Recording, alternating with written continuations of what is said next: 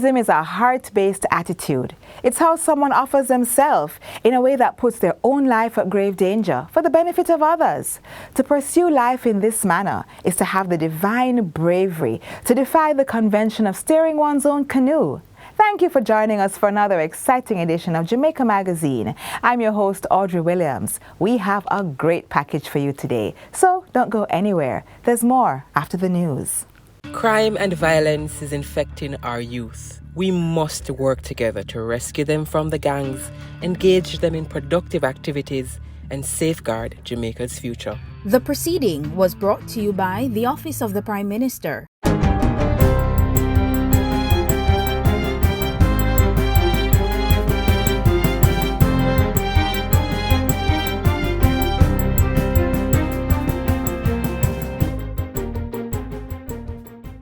Good day, I'm Theodore Henry, and this is your JIS News for Friday, October 14, 2022.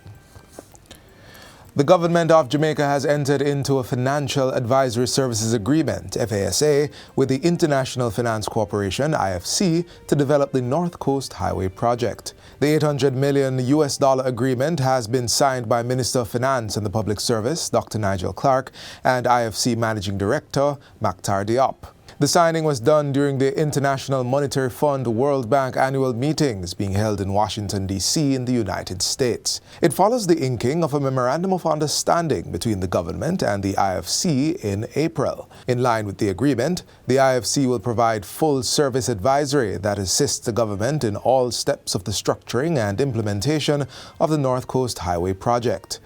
The project involves the expansion, improvement, and maintenance of the Mami Bay to Salem, Sea Castles to Greenwood, and Greenwood to Discovery Bay Road segments.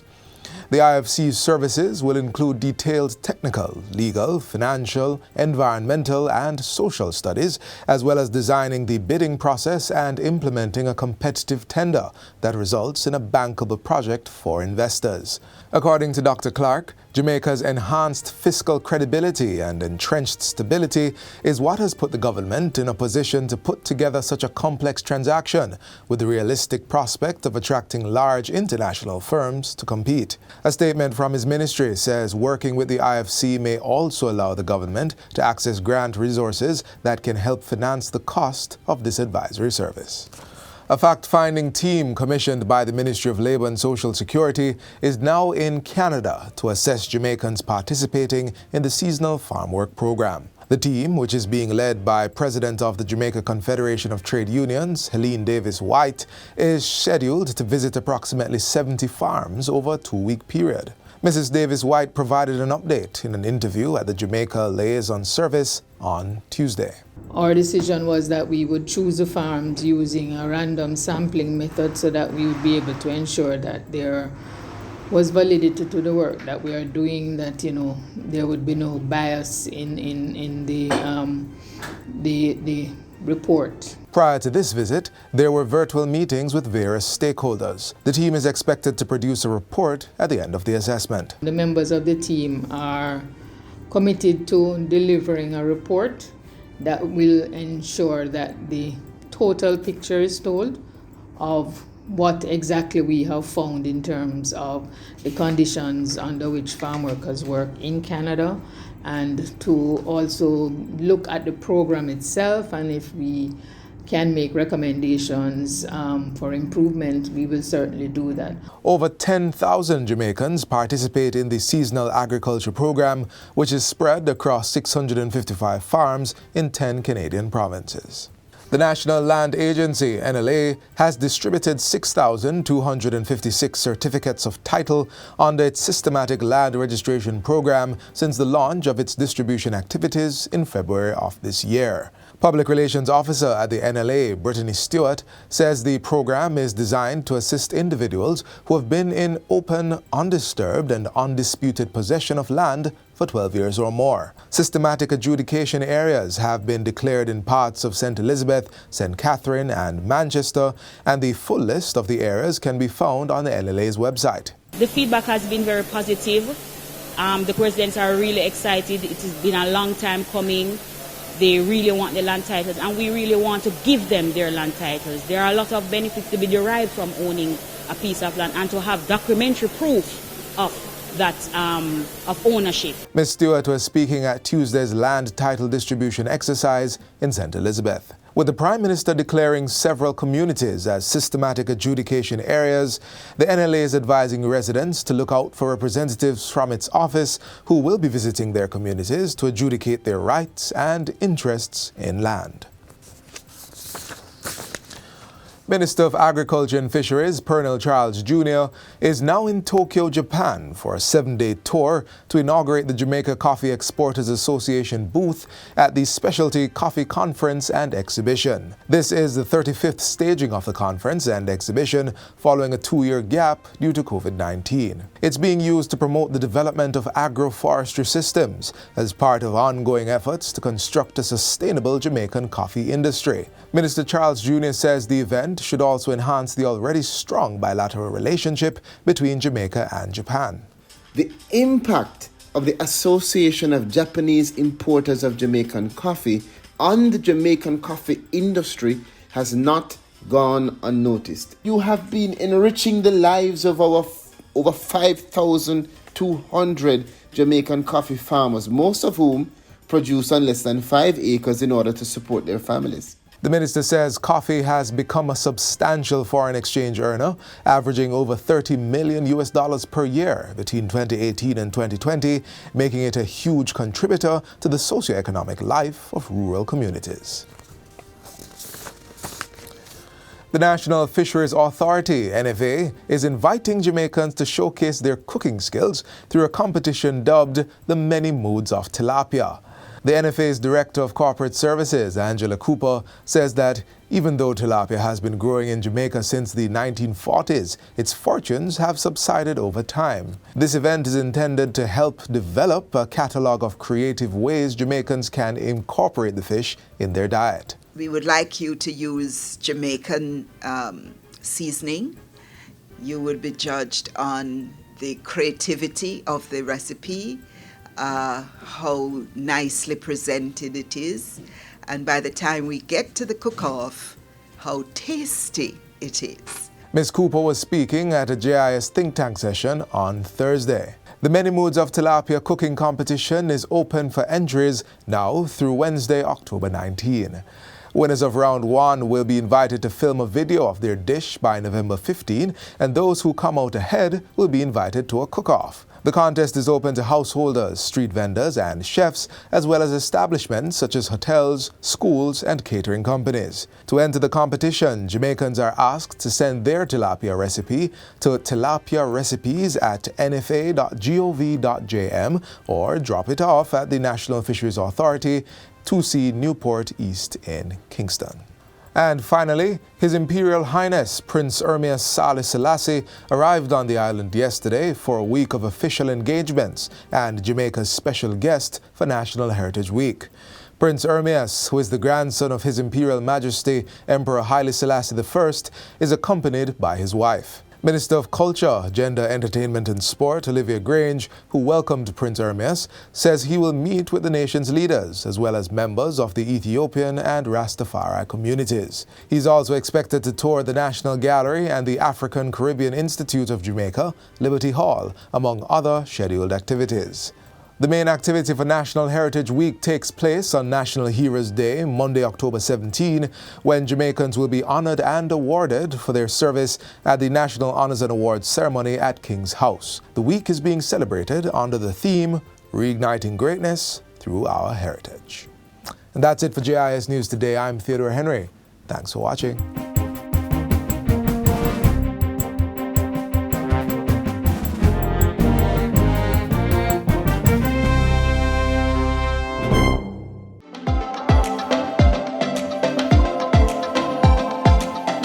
Obey the school rules. The rules are there to ensure discipline. The rules are there to ensure that our children focus on their education. And so if the school says it's brown shoes, not black, we want you to make that investment on behalf of your child. If the school says a tie, please don't send your child without a tie. I know that there are a lot of pressures on you as parents, but we are continuing to ask you to make that investment in your child. We want our schools to be incidence-free this school year, and we can only do that with the cooperation of our parents, our teachers, the staff, everyone in the community.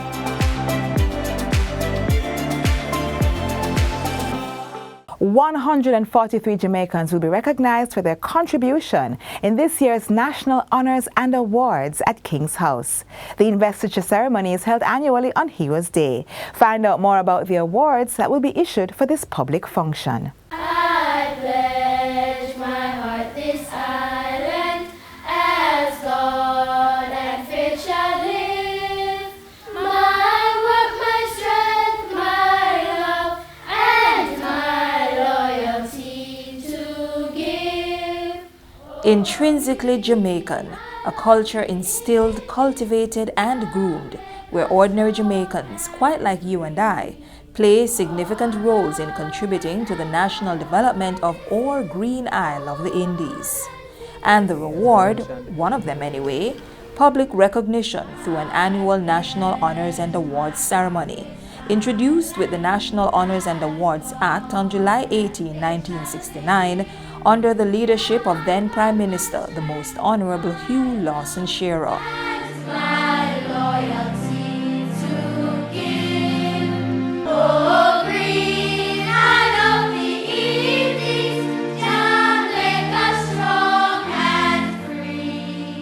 Ceremony of investiture and installation of the National Honors and Awards. The National Honors and Awards ceremony is held each year on Heroes Day to formally recognize the services and meaningful contributions of many of our Jamaican citizens. This formal recognition is conferred through the orders of the Societies of Honor and National Awards and by the award of the Badge of Honor and the Medal of Honor. The orders are in various categories. The orders number 6 main orders in order of importance, and after the orders there are the badges and also medals of honor. The senior most order is the Order of National Hero, and that is the award given to those deemed to be national heroes. Each of the orders have a motto, and the motto designates the value. So for the national hero, the motto is, "He built a city which hath foundations," given the depth of the contribution. The next order in rank is the Order of the Nation, and this is the award given to Governors General and Prime Ministers, and that order is designated by the suffix "on" at the end of the names. The motto for the Order of the Nation is "One Nation under God."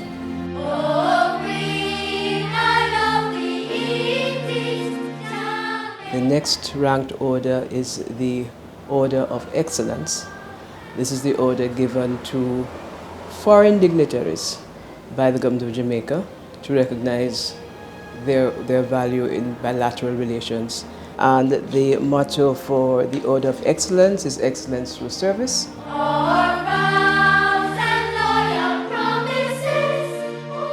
For appointment as members of the Order of Merit, Dr. the Honorable Harry Belafonte, for outstanding contribution in the field of music. The Order of Merit is ranked next, and this may be conferred upon any citizen of Jamaica or distinguished citizen of another country who has achieved international distinction. A member of this order is styled the Honorable. This order is not conferred upon more than 2 persons in any one year, and the motto of the order is, "He that does truth comes into the light."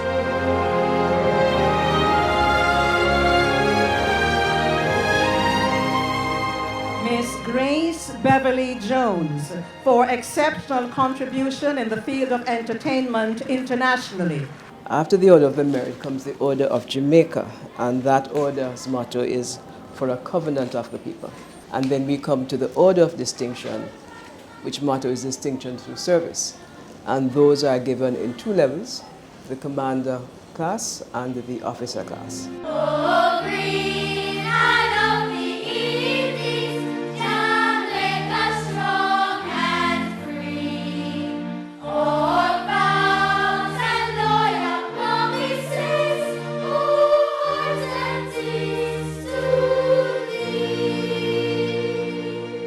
After those orders, so these are the orders, the 6 orders, then comes the badges, and the badges are given for specialized areas such as gallantry, long and distinguished service, long and faithful service actually called, efficient service in terms of the uniform groups, good conduct for the uniform groups as well, and also for meritorious service in a particular field.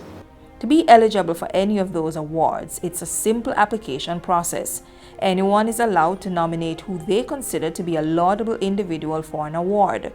Fill out the form, attach a resume and justification for the award. Nominations open on the first working day in January of each year and close at the end of March. The forms are accessible at the Chancery, Jamaica House, or from government ministries, departments, and agencies.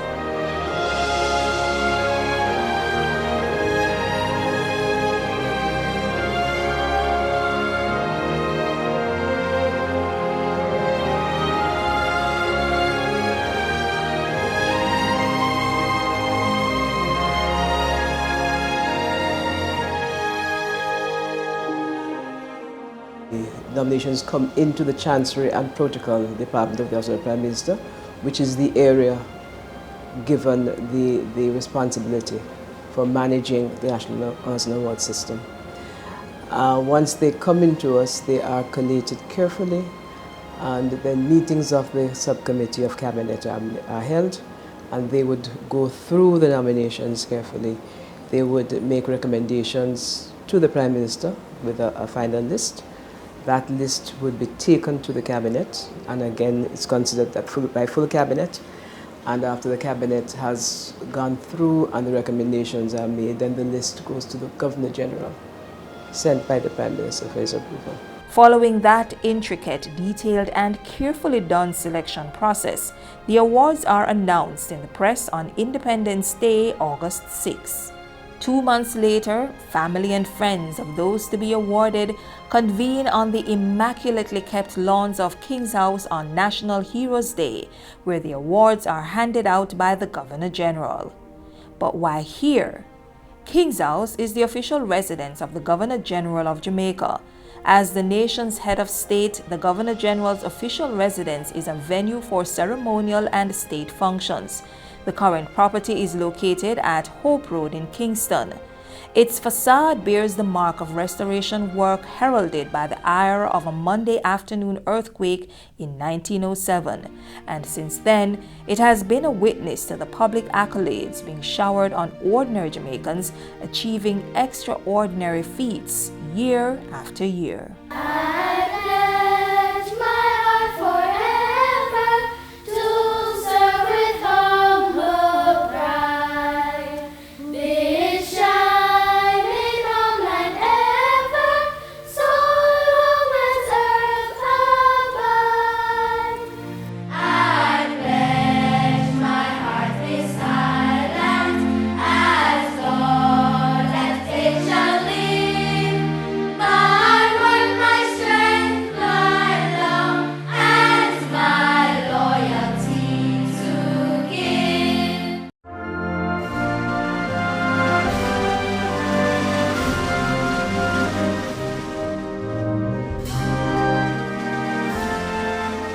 Reparations are intended to acknowledge and repair the causes and effects of human rights violations and inequalities in nations emerging from tyranny, armed conflict, and political violence.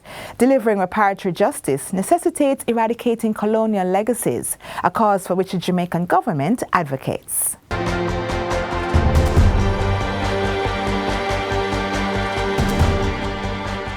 Mr. President,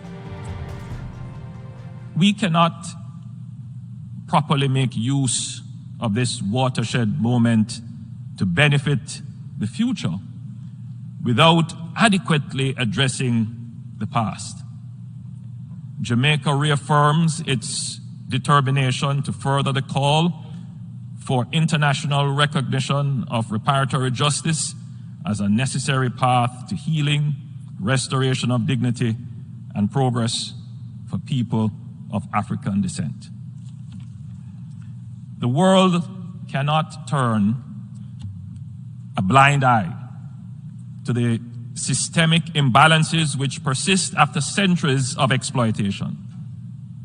If our moral standards today, on which we claim a higher civilization, acknowledges that actions in the past, which generated wealth for some by depriving others of their freedom, were wrong, then that same moral standard must lead those who benefited from the wrongs of the past and claim a higher civilization today to repair that which their morality now acknowledges to be an injustice. There is an inescapable duty for economic redress, for historical injustices, and recognition of the dignity of affected states and people. The arc of international morality would not have completed its bend for the peoples of the African diaspora without open and inclusive exchanges on the dispensation of reparatory justice. We recognize the complexities associated with this sensitive issue. Yet, as with all complex global challenges, we must summon the determination to take the bold and creative steps to meet the moment.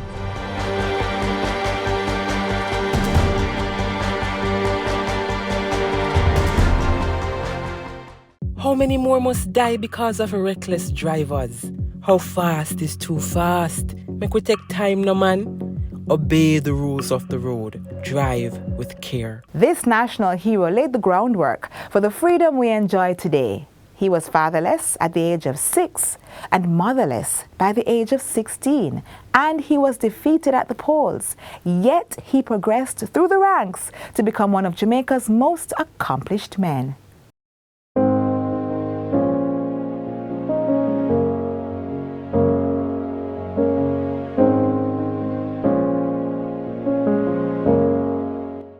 In Roxborough, Manchester is a museum dedicated to telling the story of the life and work of the Right Honourable Norman Washington Manley.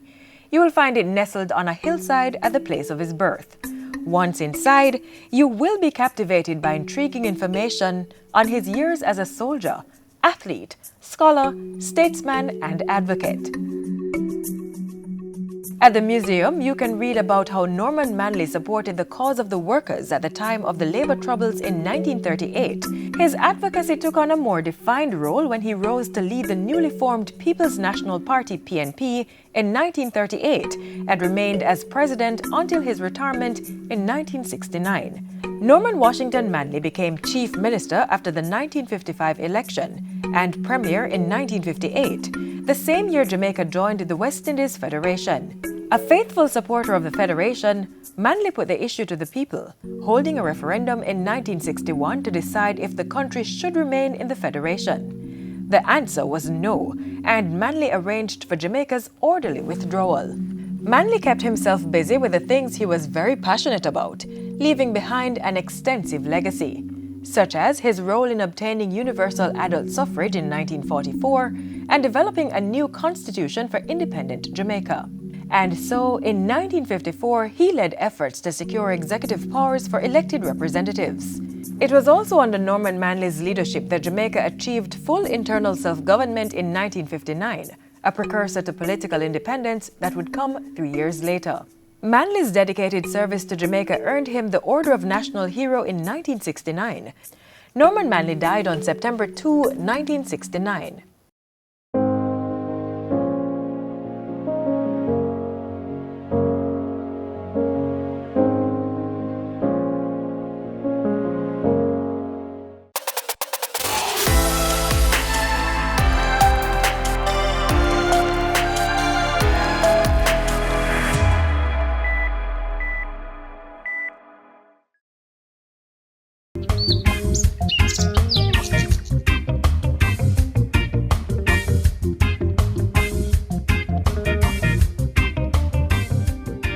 Christopher Columbus saw it here when he came.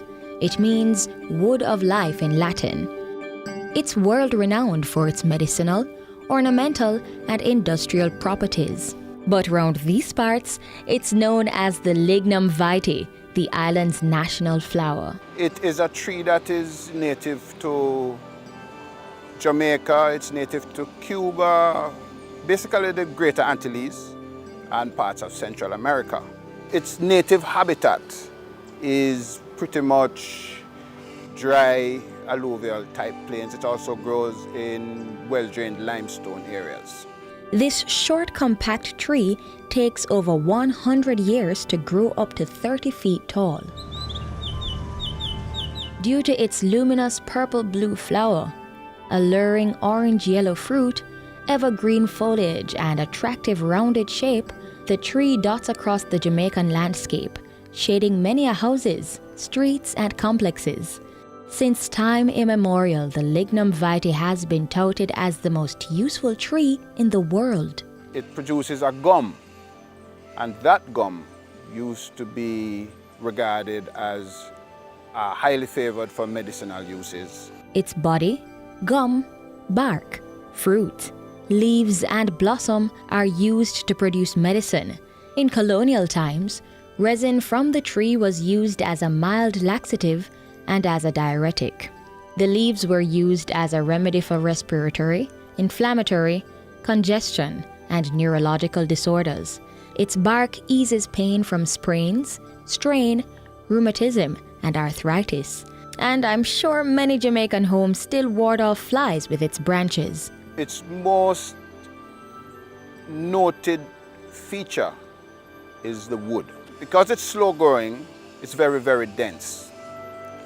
And that density and the weight of it gives it a number of industrial uses. That's because the Lignum vitae is infused with an oil which makes it waterproof. It's ranked as the world's densest, hardest, and most durable traded wood. In addition to being used for making exquisite furniture, the Lignum vitae was used to insulate trolley cars for the rail industry. The wood also made the propeller shaft bearings of most ships back in the day. Lignum vitae wood is also ideal for these creations. The Lignum vitae is truly the holy grail of plants.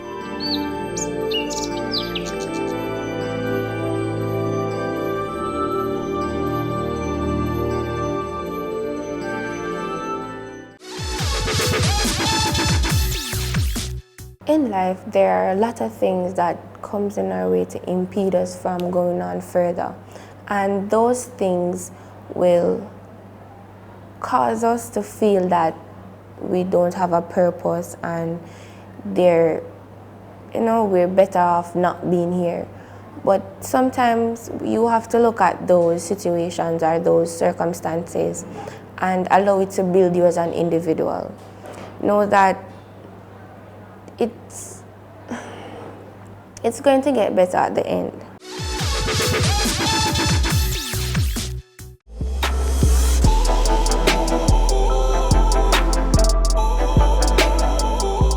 We've come to the end of our program. Get a recap of all you saw here and more on our website at www.jis.gov.jm. From all of us here at the JIS, I'm Audrey Williams. Bye for now.